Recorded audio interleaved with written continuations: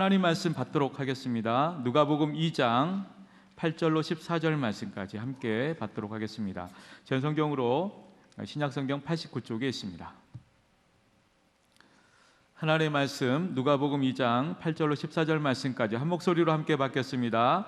그 지역에 목자들이 밤에 밖에서 자기 양떼를 지키더니 주의 사자가 곁에 서고 주의 영광이 그들을 두루 비추매 크게 무서워하는지라. 천사가 이르되 무서워 말라. 보라, 내가 온 백성에게 미칠 큰 기쁨의 좋은 소식을 너희에게 전하노라. 오늘 다윗의 동네에 너희를 위하여 구주가 나셨으니 곧 그리스도 주시니라. 너희가 가서 강보에 쌓여 그 위에 누워 있는 아기를 보리니 이것이 너희에게 표적이니라 하더니 호련히 수많은 천군이 그 천사들과 함께 하나님을 찬송하여 이르되 지극히 높은 곳에서는 하나님께 영광이요 땅에서는 하나님이 기뻐하신 사람들 중에 평화로다 하니라. 아멘. 이 시간 호산나 찬양대가 함께 찬양 드리신 후에 담임 목사님 나오셔서 목자들이 맞았던 성탄절이라는 제목으로 생명의 말씀 주시겠습니다.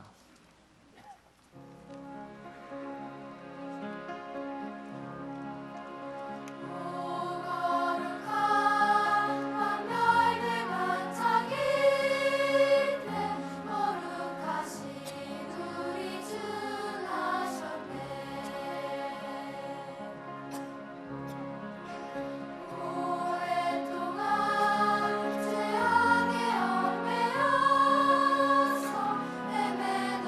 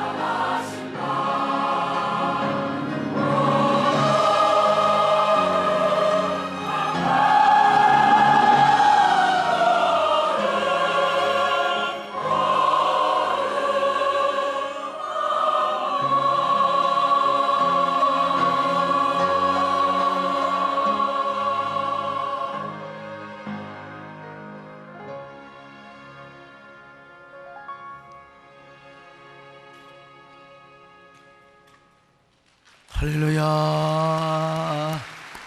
오늘은 천사의 소리 합창단까지 연합을 해서 아름다운 화음과 찬양을 이루었어요. 우리 천사의 소리 한번 박수해 주세요. 고맙습니다.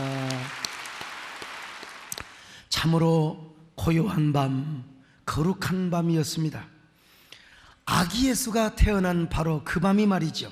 그날 밤 베들레헴 인근에 양을 치고 있었던 목자들은 아주 고요한 밤하늘의 신비를 만끽하고 있었습니다. 당시 광야에서 양을 치고 있던 목동들은 통상 저녁이 되면 양들을 우리에 몰아넣고 맹수들이 접근한가를 바라보면서 양들을 지키고 있었습니다. 그러므로 그때 목자들도 양우리 앞에서 수금을 타거나 피리를 불거나 아니면 등을 비스듬히 기대고 밤하늘을 바라보며 아마 깊은 상념에 잠겨 있었을 것입니다.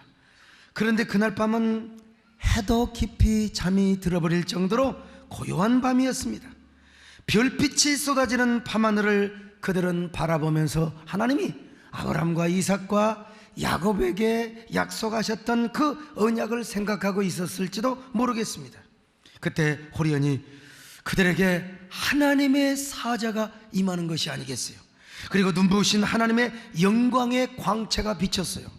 그러니 양을 지키던 목자들이 얼마나 두려워 떨었겠습니까? 베들레헴 목자들은 깜짝 놀라 두려워 떨었습니다. 그때 천사가 와서 무서워하지 말라 이렇게 이야기를 하고 있는 것 아니겠습니까? 목자들아, 내가 너희들에게 온 백성에게 미칠 큰 기쁨의 좋은 소식을 전한다. 온 인류를 구원할 메시아 너희의 구주가 아기 예수가 베들레헴이라는 동네에서 탄생하게 될 텐데 너희들은 빨리 가서 그 아기 예수를 경배하고 이 소식을 전하거라. 이 아기 예수는 강포에 쌓여 구유에 누워 계실 것이다. 어서 가서 아기 예수를 경배하고 이 소식을 전하거라. 자, 누가복음 2장 10절로 12절을 봅니다. 시작. 천사가 이르되 무서워하지 말라. 보라, 내가 온 백성에게 미칠 큰 기쁨의 좋은 소식을 너희에게 전하노라. 오늘 다윗의 동네에 너희를 위하여 구주가 나셨으니 곧 그리스도 주시니라. 너희가 가서 강포에 쌓여 구유에 누워 있는 아기를 보리니 이것이 너희에게 표적이니라 하더니, 자, 이 천사의 말이 끝나자마자 수많은 천군 천사들이 목자들을 옹이하며 이렇게 하나님을 찬송하는 소리가 들립니다. 그 찬송이 여러분 얼마나 영광스럽고 얼마나 위엄스러운지 하늘과 땅을 진동합니다. 지극히 높은 곳에서는 하나님께 영광이요, 땅에서는 기뻐하심을 입은 모든 사람들에게 평화로다, 평화로다. 자, 누가복음 2장 13절로 14절입니다. 시작. 호리언이 수많은 천군들이 그 천사들과 함께 하나님을 찬송하여 이르되 지극히 높은 곳에서는 하나님께 영광이요, 땅에서는 하나님의 기뻐하신 사람들 중에 평화로다. 할렐루야. 자, 이렇게 찬송을 하더니 천군 천사가 하늘로 올라갑니다. 그래서 처음에는 목자들이 이게 꿈인가 생신가 아마 분간이 안 됐을 겁니다. 그러나 이것이 꿈이 아니라는 사실을 알고 그들은 심장이 뛰었습니다. 심장이 얼마나 강력하게 펌프질을 했는지 말이죠. 그런 감격과 기쁨으로 그들은 서로 고백합니다. 이야, 우리가 하나님의 사자를 만났어.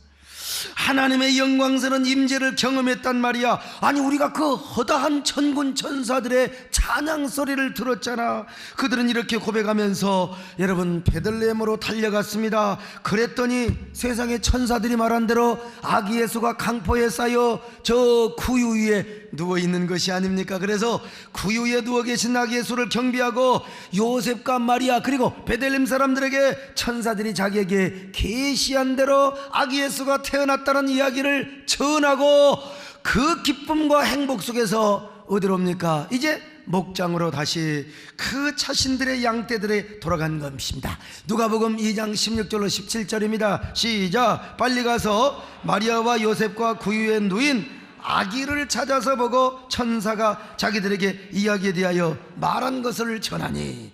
누가복음 2장 20절입니다. 시작. 목자들은 자기들에게 이르던 바와 같이 듣고 본 그 모든 것으로 인하여 하나님께 영광을 돌리고 찬송하며 돌아가니라. 야, 여러분 생각해 보십시오. 우리는 이렇게 간략하게 기록된 성경을 그냥 읽어가지만요, 와, 여러분 얼마나 그 목자들은 황홀하고 감격했을까요? 그 행복과 기쁨, 그 황홀함 때문에 목자들은 아마 그날 밤을 뜬 눈으로 세웠을 겁니다. 어떻게 여러분 잠이 오겠습니까? 그들은 밤하늘의 찬란한 별들을 바라보면서 밤을 지새우고도 남았을 것입니다. 목자들이 맞은 성탄절은 이렇게 행복하고 황홀하고 감격스러운 성탄절이었습니다. 천군 천사들은 하늘로 올라갔지만 저녁 내내 목자들의 눈에는 천군 천사들의 그 영광스러운 모습이 환영처럼 스쳐갔을 것입니다. 또 그들의 귓전에는 저녁 내내 천군 천사들의 찬송 소리가 메아리 쳤을 것입니다. 얼마나 가슴 설레였던, 얼마나 황홀한 성탄절이었겠습니까? 천사들의 노래가 하늘에서 들리니 산과들이 기뻐서 메아리 차올린다.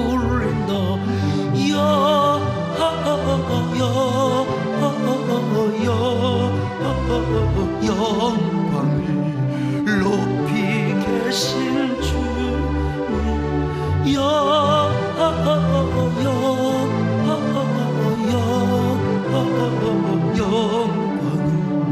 높이 계신 주님께 한밤중에 먹자리 양떼들을 지키는 아름다운 노래가 청아하게 들린다.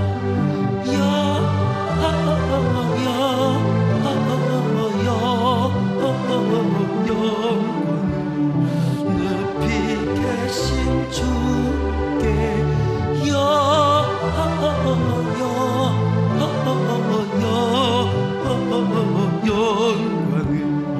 높이 계신 주님께. 여러분, 이 땅에 수많은 사람들이 살았고 이스라엘 땅에도 자기들만 목자입니까? 왜 하나님께서 수많은 목자들, 수많은 이스라엘 백성들을 제쳐놓고 그 메시아의 탄생 소식을 자기들 목자에게 고지를 해 주셨느냐는 말이요. 그러니 이런 영광이 어디가 있어요? 이런 감격이 어디가 있어요? 이런 축복이 어디가 있느냐 이 말이요. 그러니 그들은 얼마나 복받고 행복한 목자들이었겠느냐는 말입니다. 그런데 우리가 짚고 넘어가야 할 사실이 하나 있습니다. 하나님께서 왜 성탄 소식을 그 목자들에게 먼저 알리셨느냐는 말입니다. 그 위대하고 영광스러운 예수 탄생 소식을 왜 가장 천하고 낮은 직종 중에 하나인 목자, 그것도 그 베들레헴의 목자들에게 먼저 고지를 하셨느냐는 말입니다. 일반적으로 두 가지로 설명을 합니다. 첫째로 당시 목자들은 가장 비천하고 신분이 낮은 자들이었기 때문에 하나님께서 일부러 그런 천박한 사람들에게 구원의 기쁜 소식을 전해 주었다는 것입니다. 왜냐하면 복음은 가난한 자들에게 먼저 전해져야 하기 때문이라는 것입니다. 이거 물론 일리가 있는 설명입니다. 특별히 누가복음은 가난한 자들에게 복음이 전파되는 이러한 그 주제로, 이러한 흐름으로 이 누가복음이 잘 전개되고 있습니다. 그러나 이러한 설명을 역으로 생각하면 복음은 그러면 가난한 자들에게 먼저 전해져야 한단 말인가? 가난한 자들에게만 복음이 되어야 되느냐는 말입니다. 그런 의문이 생길 수가 있어요. 여러분, 복음은 마음이 가난한 자가 받아야 되겠지만 그러나 복음은 만인의 것인 줄로 믿습니다. 여러분, 복음은요 부자들의 것이기도 하고 가난한 자의 것이기도 하고 동양인의 것이기도 하고 서양인의 것이기도 하지 않겠습니까? 우리 성도들 가운데도 비교적 넉넉한 성도들이 많은데 부자들이 들으면 기분 나쁠 노릇 아니겠습니까? 두 번째, 당시 목자들은 무식하고 단순한 자들이어서 아기 예수 아기 예수가 인류의 메시아로 태어났다는 원형의 복음을 가감없이 수납하고 수용할 수 있는 대상이었기 때문에 바로 이 천한 목자들에게 복음이 전해졌다는 것이죠. 물론 이것도 전혀 일리가 없는 이 설명은 아닙니다. 그러나 이런 이야기를 목자들이 들으면 좀 기분 나쁘지 않겠습니까? 이것은 부활하신 예수님께서 맨 먼저 제자들에게 나타나지 않고 여자들에게 나타났다고 설명하는 사람들의 설명과 비슷한 얘기입니다. 우리 예수님께서는 여러분 왜 제자들에게 나타나지 않고 부활하신 당신의 모습을 여자들에게 나타나셨는가? 여자들이 입이 쌌기 때문이라는 것입니다. 여자들의 입이 싸기 때문에 예수님의 그 부활 소식을 그 싸구려 입으로 빨리 전달하라고 주님이 나타나셨다는 겁니다. 이런 여자들을 가리켜서 좀 유식한 말로 BMW라고 한다고 그래요. 빅마우스 우먼. 이게 입이 큰 여자, 아가리가 큰 여자라 이 말이죠. 요즘 이런 말을 우리나라 말로 번역하는 사람이 있습니다. 백설공주라고 백방으로 설치고 다니며 공포의 주둥아리를 돌리고 다니는 여자라. 여러분 이런 얘기를 들으면 여자들이 얼마나 기분 나쁘겠습니까? 참, 그래서 과연 당시 목자들이 무식하고 가난해서 천사들이 그들에게 예수 탄생 소식을 처음으로 고지를 하셨단 말인가? 그래서 우리는 성경을 좀 더 깊이 연구하고 따져볼 필요가 있습니다. 지금도 베들레헴에서 조금 떨어진 라못 라헬이라고 하는 곳이 있는데 그곳 나즈마간 언덕 위에 목자들의 기념교회가 있습니다. 바로 저곳이 전통적으로 목자들이 양을 치다가 하나님의 사자들로부터 아기 예수의 탄생 소식을 고지받은 곳이라고 합니다. 그래서 저곳에다가 목자들의 기념교회를 세워놨어요. 우리 장재일 목사님이 제공한 사진입니다. 그런데 지금은 라못 라일이라고 부르지만 옛날에는 베닥게렘이라고 불렀습니다. 이 베닥겜이라고 하는 지역을 누가 다스리고 관할하고 이 땅을 누가 차지했느냐? 레갑 족속의 후손들이 차지했다는 것입니다. 느헤미야 3장 14절 시작. 분문은 베닥게렘 지방을 다스리는 레갑의 아들 말기야가 중수하여. 이게 분문하니까 어떤 사람이 본문은 읽으려고 하는데 분문입니다. 이 분문이란 말이 무슨 말이냐? 똥문이란 말이에요. 똥문. 여기서 저 뭡니까? 그 예루살렘 주민들이 똥 싸고 오줌 싸고 여러 가지 각종 쓰레기 오물을 갖다가 버리는 문을 분문이라고. 이걸 누가 중수했느냐? 바로 레갑의 자손 말기야와 그 족속들이 중수를 했다는 이야기입니다. 자, 그런데 그 레갑 자손은 어디에 살았느냐? 베닥게렘 지역에서 살면서 그 지역을 다스렸다. 그 다스렸단 말은 그 지역을 차지했단 말입니다. 그러면 도대체 레갑 자손들은 어떤 사람들입니까? 이들은 아브라함의 후손이 아닙니다. 이 사람들은 정통 이스라엘 백성들이 아닙니다. 그들은 모세의 장인 이드로처럼 겐족 속의 후예입니다. 역대상 2장 55절입니다. 시작. 야베스에 살던 서기관 종족 곧 디라 종족과 시므안 종족과 수갓 종족이 송수갓 종족이 이는다. 레갑 가문의 조상 함맛에게서 나온 겐 종족이라 그랬습니다. 여러 종족, 여러 뭡니까? 종족이 있는데 이건 전부 다 레갑 가문의 조상인 함맛에게서 나온 겐 종족이라. 이 말은 뭐냐? 레갑 족속은 바로 겐 족속이라는 이야기죠. 사사기 1장 16절입니다. 시작. 모세의 장인은 겐 사람이라. 모세의 장인도 겐 사람이죠. 다시 말하면 레갑 족속은 아브라함의 혈통을 이어받은 언약을 원래부터 가졌던 이스라엘 사람들이 아니고 겐 족속의 후예였다는 것입니다. 그런데 이들이 웬 은혜요 웬 축복인지 여러분, 이스라엘 백성들이 섬기던 하나님을 알았습니다. 하나님을 섬겨서 그리고 이스라엘 백성들 족속으로 편입을 하게 되었다는 것 아니겠습니까? 오늘 우리도 하나님의 은혜로 웬 은혜 웬 사랑으로 하나님을 믿어요. 예수 그리스도를 믿고 영적인 아브라함의 족보에 들어가며 영적인 아브라함의 자손이 된 줄로 믿습니다. 자, 그런데 네갑의 아들인 여호나답이 북왕국 이스라엘 왕 예후를 만나게 됩니다. 그러면 예후는 어떤 왕이냔 말이죠. 특별히 정말 하나님이 아주 특별하게 예비해놓은 왕으로서 바알과 아세라 종들을 전부 다 진멸시켜버리고 아합 가문을 멸하게 했던 아주 하나님이 기뻐하신 종이었어요. 여러분, 예후가 엘리사에게 기름 부음을 받고 아합의 집을 치는데 특별히 아합의 아내 이세벨을 쳐서 죽입니다. 이세벨이 어떤 여자입니까? 이세벨은 시돈 왕의 딸입니다. 근데 이 여자가 아합에게 시집을 올 때 온갖 바알과 아세라 우상을 막 다 갖고 왔어요. 그리고 바알과 아세라 선지자 850명을 데려왔어요. 이 사람들 그냥 먹여 살린 것만 해도 얼마나 힘들었겠습니까? 그런데 이 여자를 누가 죽였느냐? 바로 예후가 죽였습니다. 온 이스라엘 땅을 바알 종교로 물들게 했던 이 이세벨이라는 여자를 그냥 예후가 죽여버렸어요. 뿐만 아니라 예후는 아합의 아들들을 다 죽여버렸어요. 아합의 아들들이 40명이 다 죽여버렸어요. 그리고 나서 예후는 이스라엘의 거룩한 종교개혁을 다 그냥 일으킵니다. 그 종교개혁은 아합과 함께 바알을 섬기고 아세라를 섬겼던 종들을 다 죽여버리는 거요. 이거 하나님이 얼마나 기뻐하는 일인지 몰라요. 그런데 그때 레갑의 아들 여호나답이 예후를 만납니다. 그 여호나답은 요즘으로 말하면 얼마나 독실한 그리스도인인지 몰라요. 오직 여호와 하나님을 섬기고 순결한 믿음과 의협심을 가지고 여호와 하나님의 영광과 명예를 위해서 살고 싶은 사람이요. 그래서 바알과 아세라를 생각하면 아주 이가 갈렸어요. 누가? 여호나답이라는. 누가? 이 여호나답은 네갑의 아들입니다.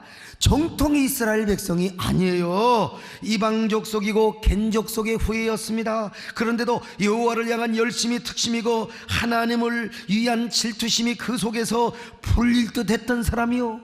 여러분, 저도 부족하지만 저는 뭐 장로 아들이고 3대째 4대째 믿었던 그런 집안의 아들이 아니요. 그러니까 여러분, 이게 이 성경으로 표현하면 저도 이방 족속의 아들이고 저도 여러분 정통 이스라엘 적자가 아니라 이 말이요. 그러나 여러분, 젊을 때 하나님을 사랑하는 불타는 마음이요 여호와를 향한 질투심이 그냥 불듯하여 하나님이 저에게 은혜를 준 것 아닙니까? 여러분도 하나님을 누구보다 사랑하시기를 바랍니다. 마음을 다하고 성품을 다하고 뜻을 다하여 힘을 다하여 여호와를 사랑하시기를 바랍니다. 여호나답이 바로 그랬던 사람이라 이 말이에요. 그런데 거룩한 종교개혁에 불타올랐던 여호가 바로 그런 여호나답을 만납니다.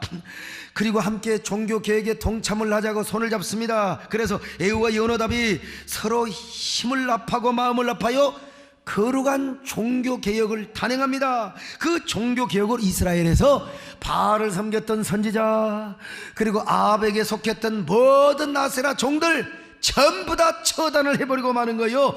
열왕기야 10장 15절로 17절입니다. 시작. 예후가 거기에서 떠나가다가 자기를 맞이해 오는 레갑의 아들 여호나답을 만난지라 그의 안부를 묻고 그에게 이르되 내 마음이 내 마음을 향하여 진실함과 같이 내 마음도 진실하냐 하니 여호나답이 대답하되 그러하니이다. 이르되 그러면 나와 손을 잡자. 손을 잡으니 예후가 끌어 병거에 올리며 이르되 나와 함께 가서 여호와를 위한 나의 열심을 보라 하고 이에 자기 병거를 태우고 사마리아에 이르러 거기에 남아있는 바압에게 속한 자들을 죽여 진멸하였으니 여호와께서 엘리야에게 이르신 말씀과 같이 되었더라. 할렐루야. 어떻게 바알 선지자와 아세라 선지자를 죽이는가, 그런 내용들이 열왕기하 10장에서 아주 일련의 이야기로 재미있는 스토리로 기록되어 있는데 우리가 다 읽을 수는 없어요. 그러면 이렇게 예후라고 하는 왕과 함께 종교개혁에 동참했던, 종교개혁을 주도했던 네갑 자손의 후손, 이 여호나답의 후손들은 과연 어떻게 되었을까? 성경은요 얼마나 정확한지 그 사실을 예레미야 35장에서 잘 보여주고 있습니다. 네갑 족속의 후예가 얼마나 하나님을 잘 섬기고 하나님의 언약을 순종했던지, 정통 이스라엘 백성들도 아닌 그들이 얼마나 하나님을 섬기고 사랑했으면 하나님께서 그들을 통하여 불순종하는 유다 백성들에게 반어적인 메시지를 주는 거예요. 반어적인 질책과 그리고 책망의 교훈을 주고 있는 것입니다. 당시는 여러분 어떤 상황이었느냐면 이스라엘 백성들이 하나님을 떠나고요, 하나님 말씀에 전혀 순종을 안 하는 거 있잖아요. 그때 하나님께서 이제 이 개판치고 살아가는 이스라엘 백성들에게 들으라고, 저 내갑 족속의 후손들을 에레미야를 통하여 하나님의 성전으로 초청을 합니다. 그리고 내갑 족속의 후손들을 이스라엘의 고관 대작들 앞에서 포도주를 마시라고 권하는 겁니다. 여기 고관 대작은 남한국 이스라엘 백성들을 대표하는 대표성을 가진 존재입니다. 그런데 여러분, 에레미야가 그 포도주를 권하는데 내갑의 후예들은 절대로 포도주를 입도되지 않습니다. 아니, 다른 사람이 권하는 것도 아니고 주의 종이 권하는데 하나님의 종이 여러분 같으면 담임 목사가 권하면 입이라도 대야 될 거 아니겠습니까? 그런데 절대로 포도주를 입도되지 않는 거예요. 이유는 뭐냐? 그 종교 개혁을 일으켰던 요나답이 유언을 남겼다는 것입니다. 유언은 뭐라고 남겼느냐? 첫째로 포도주를 마시지 말며 포도 농사도 짓지 마라. 너희들은 절대로 포도주를 입에도 대지 마라. 그리고 절대로 집도 짓지 말고 장막 생활을 하라는 겁니다. 자, 예레미야 35장 5절로 7절 상반절입니다. 시작. 내가 내갑 사람들의 후손들 앞에 포도주가 가득한 종지와 술잔을 놓고 마시라 권하며 그들이 이르되 우리는 포도주를 마시지 아니하겠노라. 내갑의 아들 우리 선조 요나답이 우리에게 명령하여 이르기를 너희와 너희 자손은 영원히 포도주를 마시지 말며 너희가 집도 짓지 말며 파종도 하지 말며 포도원을 소유하지도 말고 너희는 평생 동안 장막에 살아라. 이렇게 분명히 유언을 남겼지 않습니까? 자, 그러면 왜 레갑의 아들 요나답이 이런 유언을 남겼느냐 이 말이. 여기 요나답은 여호나답의 준말이요, 그러니까 종교교육을 일으켰던 바로 그 레갑의 아들과 동일 인물입니다. 왜 이런 유언을 남겼느냐? 포도주는 이스라엘이 잔치 음료로 사용을 하고 그리고 귀한 손님에게 오면 대접을 하는 게 포도주거든요. 그런데 왜 포도주를 못 마시게 했느냐 이 말입니다. 그것은 요나답 당시에 이 포도주가 바알 종교와 너무 깊은 관계가 있었다는 것입니다. 바알 신에게 제사할 때 포도주를 엄청 먹고 음행을 해요. 짐승에게 다 그냥 제사를 드리고 나서 세상에 재래 행위를 하고 나서 포도주를 왕창 먹어요. 포도주가 여러분 도수가 있어가지고 여러분 장난이 아닙니다. 포도주 와인을 먹으면 소주보다 더 취할 수가 있어요. 그래서 이 포도주를 먹고 기분이 좋아서 저 바알 신전에 아세라 신전에 성창들과 함께 소위 말하면 종교 창녀들과 함께 음행을 했다 이 말이에요. 그래서 요나답은 후손들에게 너희들은 어떤 경우도 포도주를 입에도 대지 마라. 아니, 포도원을 소유하지도 말고 농사를 짓지도 말라. 얼마나 바알 종교에 질려버렸으면 이런 유언을 남겼겠습니까? 여러분, 사실 남자가 태어나서 아니 포도주 한 잔 마실 수 있고 그럴 수 있지 않겠습니까? 아니, 그 이스라엘은 그게 대중 음료잖아요. 근데 우리나라도 그러잖아요. 그 회식에 가서 입이라도 대고 처세에 지혜롭게 할 수 있는데 그 남편 때문에 남편이 알코올 중독자요. 그래서 그 엄마가 술에 질려버리는 여자는 아들한테 죽을 때 이런 유언을 남길 수가 있어요. 제발 아들아, 제발 너는 네 입에를 담지 마라. 너는 입에 술도 대지 마라. 여러분, 이렇게 유언을 할 수 있는 것 아니겠습니까? 그래서 지금 요나답이 이런 유언을 남겨 뿐만 아니라 후손들에게 평생 집을 짓지 말고 장막에서 살라고 했어요. 이 말은 철저히 유목민으로 살라는 말입니다. 좋은 집에 살면서 포도원 짓고 포도주 마시고 맨날 그냥 그렇게 살아가면 욕심이 들고 흐리멍텅할 수 있다는 겁니다. 인생은 어차피 한 번인데 목축을 하면서 하나님께 소망을 두고 그렇게 방랑한 삶을 살라고 그렇게 유언을 했던 겁니다. 그런데 이런 유언을 남길 때가 언제냐? 250년 전이요. 그러니까 여러분, 250년 전에 남겼던 그 조상의 유언을 이 내갑 족속의 후예는 단 하나도 어김없이 잘 지켜왔다는 것입니다. 우리가 이렇게 유언을 지켜왔는데 어떻게 선지자님이 술 먹으라고 한다고 우리가 어떻게 먹겠습니까? 우리는 입도 대지 못하겠습니다. 이런 말입니다. 자, 에레미야 35장 8절로 10절입니다. 시작. 우리가 레갑의 아들 우리 선조 요나답이 우리에게 명한 모든 말을 순종하여 우리와 우리 아내와 자녀가 평생 동안 포도주를 마시지 아니하며 살집도 짓지 아니하며 포도원이나 밭이나 종자도 가지지 아니하고 장막에 살면서 우리 선조 요나답이 우리에게 명령한 대로 다 지켜 행하였노라. 여러분, 얼마나 아름다운 자손들입니까? 그래서 하나님은 조상이 물려준 유언을 하나도 가감없이 지키고 사는 레갑의 후손들의 모습을 통해서 하나님의 말씀에 불순종하고 개판치며 살아가는 이스라엘 백성들에게 반어적인 책망과 질책과 지금 교훈을 하고 있는 것입니다. 하나님이 지금 레갑 족속을 통하여 이스라엘의 고관대작들에게 지금 이런 말씀을 하고 있는 겁니다. 야, 이놈들아, 순수한 정통 이스라엘 백성도 아닌 레갑 족속들을 봐라. 저들은 250년 300년 동안 조상이 물려준 그 남겨준 유언을 저렇게 철저하게 지키고 있는데 도대체 너희들은 누구란 말이냐? 너희는 아브라함의 후손들이 아니란 말이냐? 나의 언약과 약속을 양손에 쥐고 있는 나의 백성들이 아니란 말이냐? 그런데 왜 너희는 나의 언약을 헌신짝처럼 버리고 바알을 섬기며 아세라를 섬기며 온갖 태양신과 이방신을 섬기고 있단 말이냐, 이놈들아? 그러니 너희들은 레갑 족속의 똥이라 이 처먹으라, 이놈들아, 이 말이에요. 여러분요, 너희들은 레갑 족속의 똥이나 처먹으라. 얼마나 기분 나쁜 얘기. 그러나 지금 고관대작들 앞에서 레갑 족속의 이 지조 있는 모습을 보란듯이 보여주고 있는 것이. 그래서 이스라엘의 전성에 의하면 하나님의 레갑 족속의 후예들을 너무나 기쁘게 여기셔서 성전에서 일하고 봉사하는 사명을 주었다는 것입니다. 미시나에 의하면은 레갑 족속의 후예들이 유목민으로 살면서 이들이 쳤던 양들을 성전 제사의 제물용으로 납품을 할 수 있는 특권도 주었고요, 이들이 성전 번제단에 쓸 나무를 절기에 공급을 하도록 했다는 것입니다.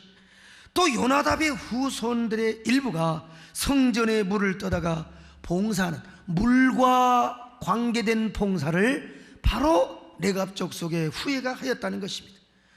뿐만 아니라 느헤미야 때 와서는 예루살렘 성전의 분문을 충수하고 책임지는 사명을 감당했다는 겁니다. 이거는 성경에 나와 있어요.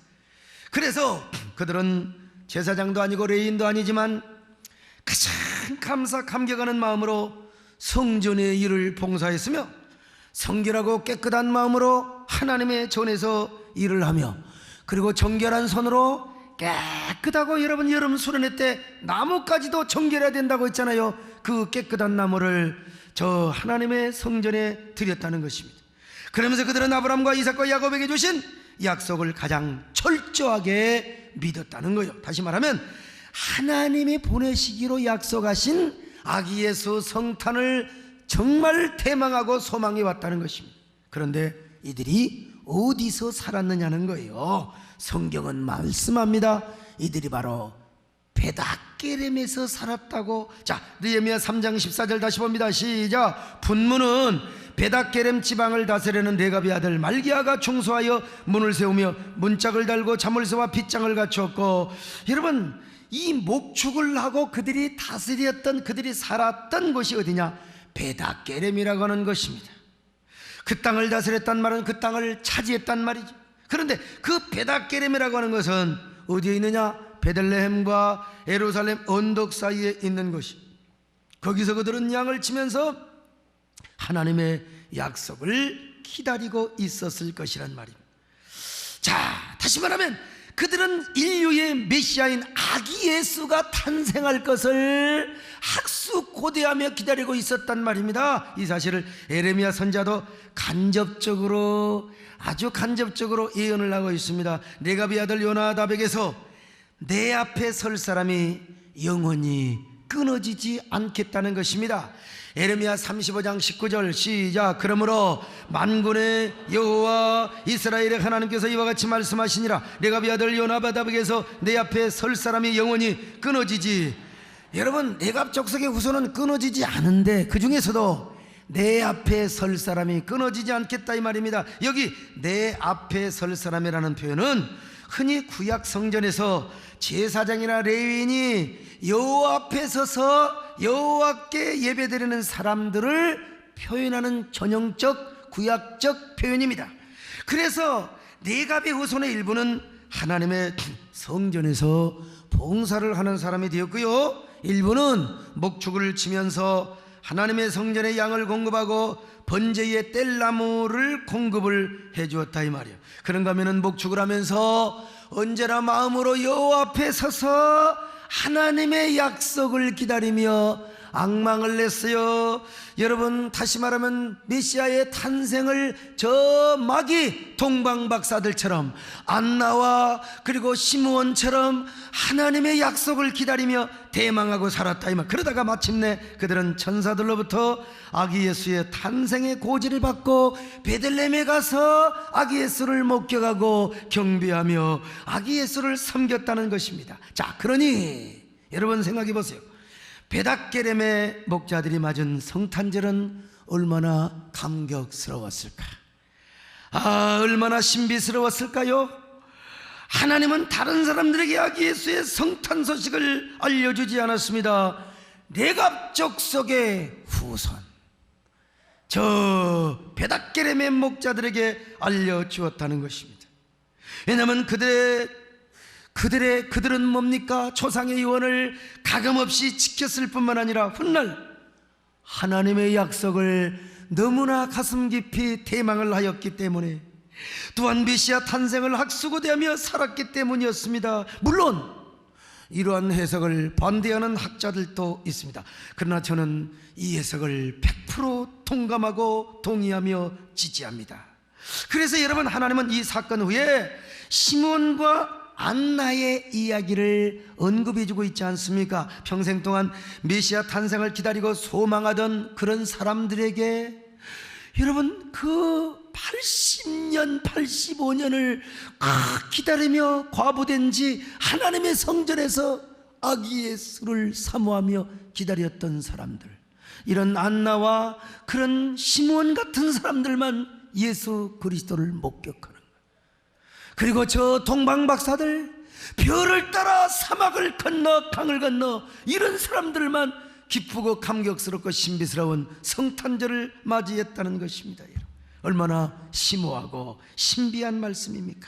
얼마나 감격스럽고 경탄스러운 말씀이냐 이 말이에요. 여러분, 가난한 자들에게만 복음이 전한다. 그러면 오늘 성탄절의 감격은 부자의 것이 아니라 가난한 자들의 것만 될 것이 아니겠습니까? 천만의 말씀. 성탄절의 감격은 가난한 자들에게만 임하는 것은 아닙니다. 아무에게나 오는 것만은 아닙니다. 성탄절의 감격은 기다리는 자들에게 오는 줄로 믿습니다. 대망하는 자들에게 오는 줄로 믿습니다. 똑같은 성탄절이지만 세속적인 사람은 성탄 트리나 하고 크리스마스 캐럴이나 부른 날이요, 선물이나 주고받고 연인끼리 말이요, 뽀뽀하고 장갑 주고 말이요, 눈싸움하고. 그러나 네갑 족속의 후예와 같은 성도들은 성탄절이 결코 그런 날이 될 수가 없어요. 신비한 날이요, 감격한 날이요. 왜냐? 우리의 죄를 위하여 저 하나님이 사람이 되어 오신 날이요, 말씀이 육신이 되어 오신 날이요. 그래서 이 성탄 사건을 생각하면 은혜가 있는 사람, 믿음 있는 사람은 얼마나 황홀하고 신비로운지 몰라요. 너무나 감격해서 눈물이 나는 날이 언제냐? 성탄절인 줄로 믿습니다. 바로 레갑 자손의 후손들은 이런 성탄절을 맞았습니다. 그 성탄의 소식을 고지받고 그 성탄의 축복을 제일 누리도록 하기 위하여 하나님은 그들을 절대로, 그래서 저 이스라엘의 전승에 의하면은 다른 사람 다 바벨론에 멸망할 때 잡혀갔어도 이들의 후손은 워낙 천박해서 잡혀가지 않았다는 전설도 있습니다. 얼마나 복을 받은 사람이요. 오늘 여러분, 성탄절의 감격은 나무나 오지 않습니다. 성탄절에 받을 축복은 나무에게 임하지 않습니다. 하나님의 은혜를 갈망하는 자에게 임합니다. 성탄의 축복, 저 동방박사나 시몬과 안나처럼 성탄절의 은혜를 사모하며 그 축복을 바라는 자들에게 임한 줄로 믿으시기를 바랍니다. 그렇기 때문에 우리도 성탄절이 오면은 여러분 교회로 달려오지 않습니까? 이곳에 와서 하나님을 찬양하며 경배하지 않습니까? 그것도 빈손으로 오지 않고 기쁘고 즐겁스럽고 여러분 감격스러운 마음으로 성탄 예물을 가지고 옵니다. 동방박사들이 그랬던 것처럼 저 레갑 자손의 후손 페닥게람의 목자들이 여러분 양을 그리고 나무를 저 성전에 드렸던 것처럼 오늘 여러분 어떤 사람이 되겠습니까? 오늘 여러분들 세속적인 사람으로 보내시겠습니까? 아니면 하나님 앞에 나와 경배를 드리는 여러분 되시겠습니까? 성전으로 달려오시기를 바랍니다. 교회로 달려오시기를 바랍니다. 예물을 가지고 오시기를 바랍니다. 동방박사들처럼 여러분요 감격의 가슴으로 예물 들고 와서 하나님께 귀중한 보비압을 열어드리고 여러분 아기 예수를 경탄하며 찬양하는 여러분 되시기를 바랍니다. 귀중한 보배가 주 앞에 드리고 우리의 몸과 마음도 함께 바치세 진리는 오묘한 사랑은 성결 주께서 탄생하신 거룩한 날일세. 오늘 우리도 내갑족속과 같은 그래서 우리도 기쁘고 감격스러운 신비스러운 복된 성탄절을 맞이하고 싶지 않으십니까? 그런 여러분들에게 하나님께서 레갑 자손의 후손들처럼 평생을 여호와 앞에 서서 은혜를 받고 하나님을 섬기는 그런 여러분으로 축복해 주실 것입니다. 여러분 자녀들도 영광에 가면요 축복의 명문가가 되는 놀라운 은혜와 축복의 주인공이 될 것입니다. 그런 저와 여러분 되시기를 주의 이름으로 축원합니다. 하나님 고맙습니다. 목자들이 맞은 성탄절 우리도 그렇게 맞게 하여 주시옵소서. 예수님의 이름으로 기도드리옵나이다. 아멘.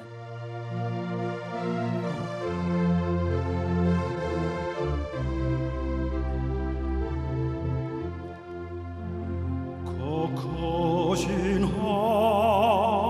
하나님의 사랑 말로 다 형용 못하네.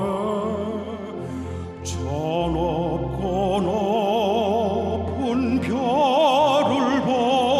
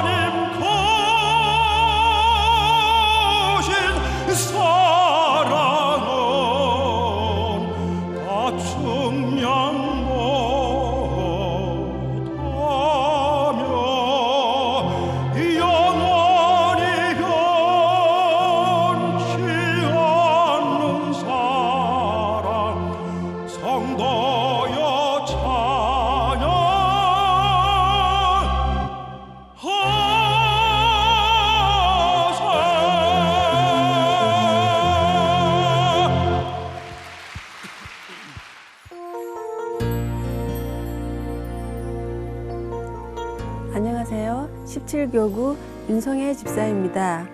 작년 이맘때쯤 그 누구보다 무거운 마음으로 신년 축복성회를 준비했습니다. 요새와 같은 불경기에 50을 넘긴 남편이 새로운 직장을 구해야 했기 때문입니다. 그래서 하나님께서 주실 약속의 말씀이 얼마나 간절했는지 모릅니다. 정성을 다해 신년 소원 예물을 준비하고 두렵고 떨리는 마음으로 말씀을 뽑았습니다. 그때 하나님께서는 남편에게 다시 강대한 나라를 차지하게 하신다는 신명기 11장의 말씀을 주셨고, 제게는 승리의 깃발인 여호와 니시의 말씀을 주셨습니다. 그러나 반년이 지나도록 취업의 문이 열리지 않은 상황에서 아직 믿음이 성숙하지 못한 남편은 저를 옥죄어오기 시작했습니다. 오히려 본인이 기도할수록 상황은 더 나빠진다며 아무런 대책 없이 매일 교회만 나간다고 삶이 해결되냐며 현실적으로 살 길을 찾자며 답답한 마음을 성토했습니다. 물론 남편의 마음도 이해를 했지만 오로지 이 길을 해결해 주실 분은 하나님이라는 것을 저는 알았습니다. 그래서 그 답답한 마음을 안고 하나님께 나아갔습니다. 시간이 되면 2시간이건 3시간이건 간절히 눈물로 기도했습니다. 주님께, 주님, 제발 제가 이 성전에 있게 해주세요. 저를 위해 남편의 직장을 허락해 주세요. 우리의 삶을 구원하실 이는 오직 여호와 한 분밖에 없습니다. 하며 매달렸습니다. 그렇게 기도할 때 하나님께서는 제 마음 가운데 내게 준 약속의 말씀이 있지 않느냐, 그것을 붙잡고 기도해라, 행하라 하시며 하나님을 기쁘시게 하는 삶을 먼저 구해야 한다는 감동을 주셨습니다. 그래서 나의 현실적인 상황보다는 먼저 축복의 통로인 우리 교회를 위해 그리고 주의 종을 위해 기도했습니다. 그 어느 때보다 더 열심히 기도했습니다. 그런 제게 하나님께서는 이성적이고 하나님께 온전히 삶을 맡기지 못하는 남편을 질타하고 가르치려 했던 제 모습을 회개하게 하셨습니다. 그리고 남편의 영혼을 위해 진정 사랑으로 품고 기도하게 하셨습니다. 그리고 세상 일보다는 오히려 하나님께서 맡기신 일에 더 충성했습니다. 하나님께서는 이미 해결해 주실 문제들에 대한 답을 주시기 전에 우리가 하나님의 뜻과 말씀대로 변화되어 축복의 그릇이 되기를 기다리시며 주신 약속의 말씀 가운데 어떻게 애쓰고 힘쓰는지를 지켜보시는 것 같았습니다. 그렇게 주신 사명과 교회 그리고 주의 종을 위해 기도와 열심을 다하여 40일 작전 기도에 들어갔습니다. 그런데 작전 기도 마지막 날 꿈속에서 어느 기업에서 합격 통지서가 왔는데 거기에는 남편의 이름이 아닌 새 에덴교회 윤성혜 집사의 남편이라고 적혀 있는 것입니다. 그리고 그 무렵 저희 가정을 위해 간절히 기도해 주신 담임 목사님이 맨 마지막에 힘차게 할렐루야 감사합니다 아멘 하고 기도를 마치셨습니다. 그때 뭔가 속이 뻥 뚫리는 것을 느꼈습니다. 그리고 저희 가정 가운데 놀라운 일이 벌어졌습니다.